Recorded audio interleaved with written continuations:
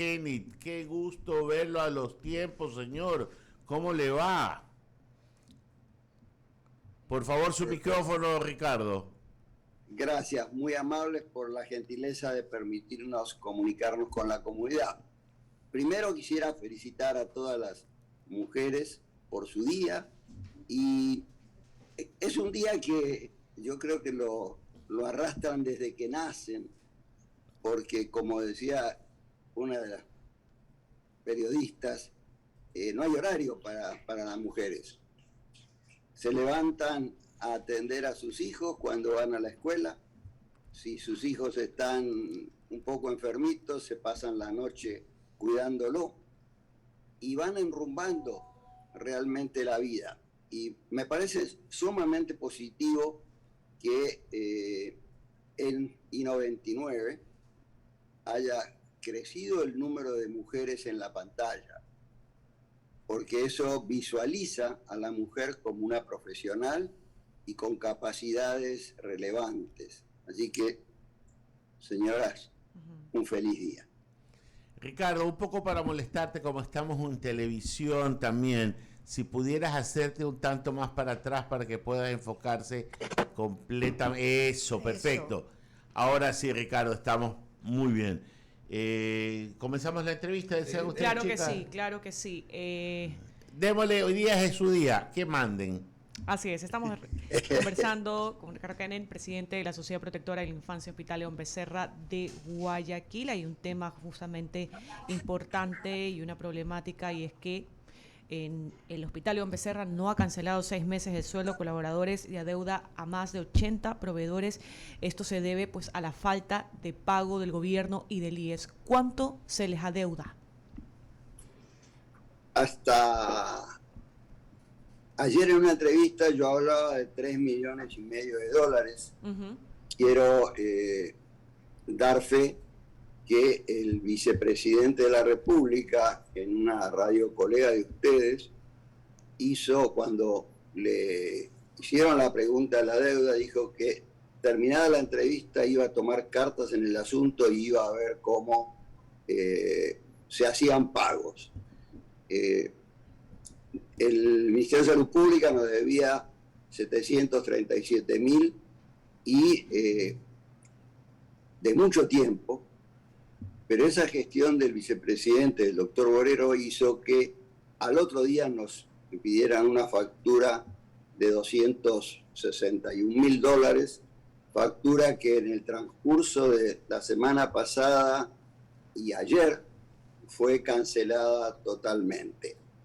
Quiero dejar una cosa en claro: la deuda era 737, el compromiso del señor vicepresidente fue de que nos pidieran una factura y hacerle el seguimiento para que la pagaran, y eso lo hizo, y ayer nosotros hemos recibido ya $266.000. Quiero indicar que quedan cerca de 500.000 y que espero que el Ministerio de Salud Pública, siguiendo el ejemplo que dio el vicepresidente, continúen con el pago de los 500.000 que deben. Eso al honor del señor vicepresidente, que hizo un ofrecimiento público y cumplió el ofrecimiento público. Ahora, Ricardo, pero habían, tengo entendido, montos antes de la pandemia que aún faltaban por cancelar. ¿Qué ha pasado con esos montos? Sí. A ver, yo mencionaba en algún momento que estas deudas son cíclicas. Nosotros somos parte de la red público-privada como hospital que pertenece a una sociedad sin fines de lucro, que es la Benemérita, y dentro de esa red nosotros atendemos pacientes derivados del IES, del Ministerio de Salud Pública, del ISFA, del ISPOL y del SPA. Esto es un servicio que damos, y quiero también decir que nosotros en Guayaquil hay 3 instituciones sin fines de lucro: la Junta, Solca y nosotros. Y ninguna de las 3 en nuestros estatutos está autorizado ser financistas. Pero resulta que por el atraso de los pagos Claro. de las instituciones del Estado, pasamos a ser financistas. Entonces, ¿qué es lo que yo me permitiría sugerir? Porque en el caso del seguro hay esa figura, que el seguro puede hacerle a un prestador un anticipo. Y ese anticipo, 50% se lo debita de las facturas para abonar al anticipo. Y el otro 50% se le deja al hospital para su operación, para que pueda seguir trabajando y atendiendo a los pacientes. Creo que esa figura debería inclusive generar un anticipo mayor y de manera constante para que todos los generadores de salud o de atención en salud pudiéramos tener un flujo que nos permita estar al día en los pagos con nuestros trabajadores, al día en los pagos con nuestros proveedores. En el caso nuestro, estábamos debiendo 5 meses de sueldo. Wow, y yo quiero destacar el empoderamiento que tienen los 300 colaboradores del Hospital León Becerra de Guayaquil en no haber hecho un paro, en no haber hecho bajar los brazos, sino que siguen atendiendo con la misma calidad de servicio que cuando están al día. Pero no es correcto, claro, porque esas familias necesitan comer, necesitan vivir. Les piden la casa porque están atrasados en el arriendo, el tendero ya no le quiere fiar más porque le parece que el cupo que le dio ya lo Claro, lo son gastó. 5 meses. Es que no hay bolsillo que aguante tampoco, Ricardo. Sí, y una cosa que creo que hay una injusticia. Tiene que ver con que nosotros como sociedad, si nos atrasamos en el pago de los aportes patronales, el IES nos cobra intereses y mora. Yo creo que si quisiéramos ser equitativos, el IES debería pagar intereses y mora por los atrasos que tiene con los proveedores de servicio, ¿no? Y eso no sucede así.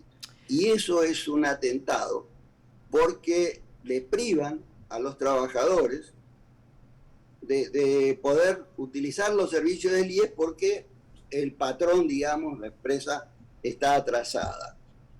Pero eso no, insisto, no es equitativo, deberían hacer lo mismo. Es decir, si me atraso en pagarle al Hospital León Becerra, le voy a pagar intereses y mora.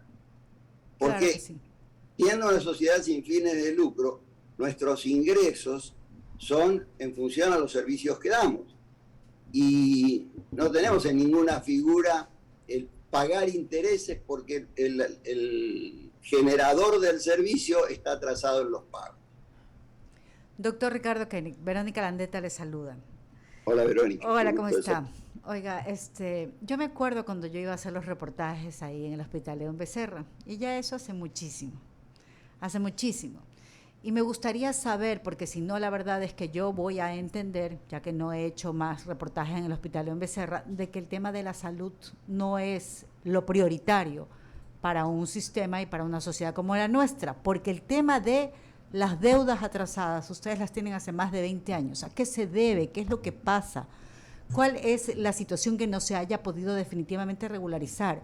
Una cosa es que haya situaciones de crisis, de que no se pueda dar los aportes, pero otra cosa es que ustedes vengan arrastrando esta problemática hace más de 25 años. 30 tengo yo, más de 30 en el ejercicio periodístico, y de lo que recuerdo siempre están con este problema. Sí, el problema es cíclico. Sí, pero ¿por qué? ¿Y por qué es cíclico? Porque las aseguradoras, IES, no pagan a tiempo.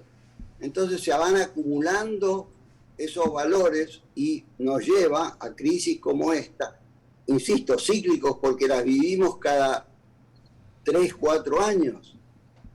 que el Estado se atrasa en pagar y nosotros, como no tenemos otro ingreso que lo que generamos por servicio en salud, nos atrasamos en pagar a los colaboradores. Si bien existe una política que apenas cobramos, el financiero tiene mi disposición de que transfiera a los colaboradores lo máximo que se puede. Eso lo hacemos y por eso también creo que la confianza de los 300 colaboradores del hospital es que saben que cuando no pagamos es porque no hemos cobrado, pero que el mismo día que nos pagan, así sea a las 10 de la noche, nuestra jefa de recursos humanos y nuestro gerente financiero comienzan a hacer las transferencias a sus cuentas. Sí, pero una alternativa que se pueda definitivamente concretar para que haya otro tipo de situación para este hospital que también da buenos servicios. Sí, yo creo que una alternativa sería, por ejemplo, Solca tiene un aporte del Estado de 50 millones anuales, la Junta tiene un aporte de 20 millones anuales. Si ese aporte a nosotros nos diera un aporte de 15 millones de dólares, no tendríamos estas permanentes angustias de no saber si le puedo pagar, tener que ver a los proveedores a los que le debemos a algunos más de un año. Y no es justo. Y comienza entonces el proveedor con todo derecho a decir, mira, no te puedo seguir entregando porque yo también tengo que pagar, ya sean las importaciones o los productos locales, nacionales, de medicinas, insumos. Entonces se hace una cadena que se podría cortar si el gobierno estableciera un valor de 15 millones de dólares al año para que el Hospital León Becerra no viva permanentemente angustiado. Y ustedes han sido testigos porque le han dado cobertura. Desde el 2012 nosotros traemos misiones humanitarias de cirugía gratuitas. Tenemos que entender que ese debería ser una obligación del Estado. Pero nosotros aportamos también trayendo médicos, los que no cobran sus honorarios, se pagan sus pasajes y nosotros ponemos el hospital a las órdenes de ellos para operar niños y adultos mayores que no tienen seguro social y que lamentablemente cuando van al Ministerio de Salud Pública le dan cita para dentro de 2 o 3 años. En el 2019, antes de la pandemia, nosotros trajimos 12 misiones, una por mes, con diferentes patologías. Llevamos operados cerca de 3.700 pacientes, entre niños, mayoritariamente niños, 80% niños, y el 20% de adultos mayores que requieren cataratas. Eso es un aporte que nosotros le hacemos al Estado y no nos reconoce nada por ese aporte. Entonces creo que sí, el establecer un monto anual nos permitiría seguir subsistiendo sin estas angustias que les mencionaba, que son realmente, yo converso a diario con mis colaboradores, con todo el personal, y tienen fe porque en estos 10 años que llevamos administrando la Benemérita, siempre hemos cumplido la palabra. Y hay una cosa que yo, hace 40 y pico de años, cuando llegué a Guayaquil, aprendí de una palabra que dice ñeque. Y empecé a investigar qué era ñeque. Y yo les puedo garantizar que el Hospital León Becerra de Guayaquil, la gente del Hospital León Becerra de Guayaquil, le pone ñeque todos los días. Ricardo, ¿cuál es el presupuesto del hospital? Nosotros con 15 millones de dólares podríamos funcionar sin tener una dependencia tan alta del Estado. Porque ¿Cuáles son los ingresos? El 97% de nuestros pacientes son derivados por el Estado. Por lo tanto, lo lógico sería que el Estado nos diera un recurso que nos permitiera tener una fluidez económica y no estos apremios. A ver, ustedes sin querer se han convertido en una subsidiaria de un hospital público. Bueno, todos los que pertenecemos a la red de hospitales públicos y privados pasamos a ser una subsidiaria en el sentido de que los pacientes nos lo derivan ellos. Sí, pero en el alto porcentaje, el 97%, deberían un poco equilibrar para tener unos pacientes a los cuales les puedan cobrar y no andar en esta vía crucis. Eso sería un síntoma de hacer algo diferente para no andar con estas angustias, porque si no sería un hospital público más. Claro, pero recordemos años atrás, nadie iba a los hospitales del IES. Hoy, mucha gente va a los hospitales del IES y la asistencia privada se ha reducido de manera muy, muy alta. Porque el paciente dice, bueno, a ver, yo he pagado toda la vida, he aportado al IES. Entonces voy a empezar a recuperar, por lo menos en los últimos años de mi vida, esa plata que nunca le pude sacar la utilización que le correspondía. Sí, pero yo entiendo, es que tú has citado las tres instituciones de Guayaquil, Solca, la Junta de Beneficencia y el León Becerra. Solca y la Junta de Beneficencia tienen pensionados, en donde la gente que puede pagar una cantidad va y paga, y eso les ayuda en buena medida a poder carpear el temporal económico desastroso en ciertas instancias, cosa que no la veo dentro de tu narrativa, Ricardo. Sí, lo que tendríamos que analizar es que Solca es una especialidad única. Es decir, yo no me puedo atender cáncer en otro lugar que no sea Solca. En el caso de la Junta, en los 40 y pico de años que vivo en Guayaquil, yo nunca había visto y oído que la Junta tuviera que vender sus propiedades para cubrir las deudas generadas por el Estado. El patrimonio que tenía la Junta de Beneficencia de Guayaquil se ha disminuido porque ha tenido que venderlo para pagar a proveedores, para pagar a su personal.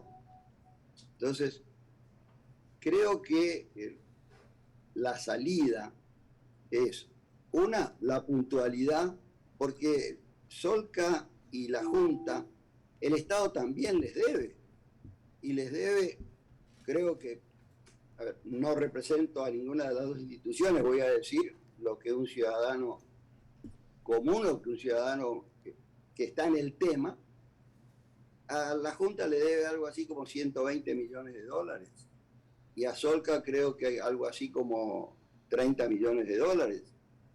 Entonces, no se puede obligar a instituciones como estas tres que mencionas, que son sin fines de lucro, que nacieron para servir a los más pobres de nuestra ciudad, tenerlas todo el día con la soga al cuello. Lo tengo claro, Ricardo. Lo que yo daba era una suerte de tener otro tipo de servicios para no andar dependiendo de la buena voluntad de que tengas un vicepresidente que se vuelva cobrador de León Becerra, y ahí es cuando te das cuenta, cuando les da la gana pagan y cuando les da la gana no pagan. Entonces, cuando alguien presiona, sí vienen los recursos. Entonces, por eso un poco de ser proactivos y tener otro tipo de generación de recursos, Ricardo. Te agradezco, y nosotros tenemos en claro eso. Lamentablemente, en los últimos 10 años, que las instalaciones de los hospitales del IES han mejorado en cuanto a instalaciones. Los pacientes privados se han reducido a la mínima expresión en los hospitales o en las casas de salud privadas. Fíjate que todas las casas de salud están atendiendo pacientes del Estado y tienen estas dificultades que también tenemos nosotros de no tener un flujo porque no te pagan a tiempo. Mira, Reno, nosotros nos estamos convirtiendo en financiadoras del Estado y nuestros estatutos prohíbe claramente ser financistas. Ya, eso ya lo dejaste claro, Ricardo, y en verdad nuestros mejores votos para que el Hospital León Becerra encuentre los recursos, le paguen y siga prestando los servicios que la comunidad necesita y la sociedad demanda. Agradecerte por la entrevista, siempre eres bienvenido, estos micrófonos son tuyos, que tengas un buen día, Ricardo. Les agradezco a ustedes la gentileza y quiero ratificar nuestro agradecimiento al doctor Borrero, vicepresidente, por haber tomado y haber ejercido la presión para que una parte de la deuda del Ministerio de Salud Pública fuera cancelada. Todavía queda $500.000 que espero que el Ministerio de Salud siga el ejemplo de eficiencia que demostró el doctor Borrero y nos paguen a la brevedad. Ok, gracias. Alberto, era don Ricardo Koenig. El presidente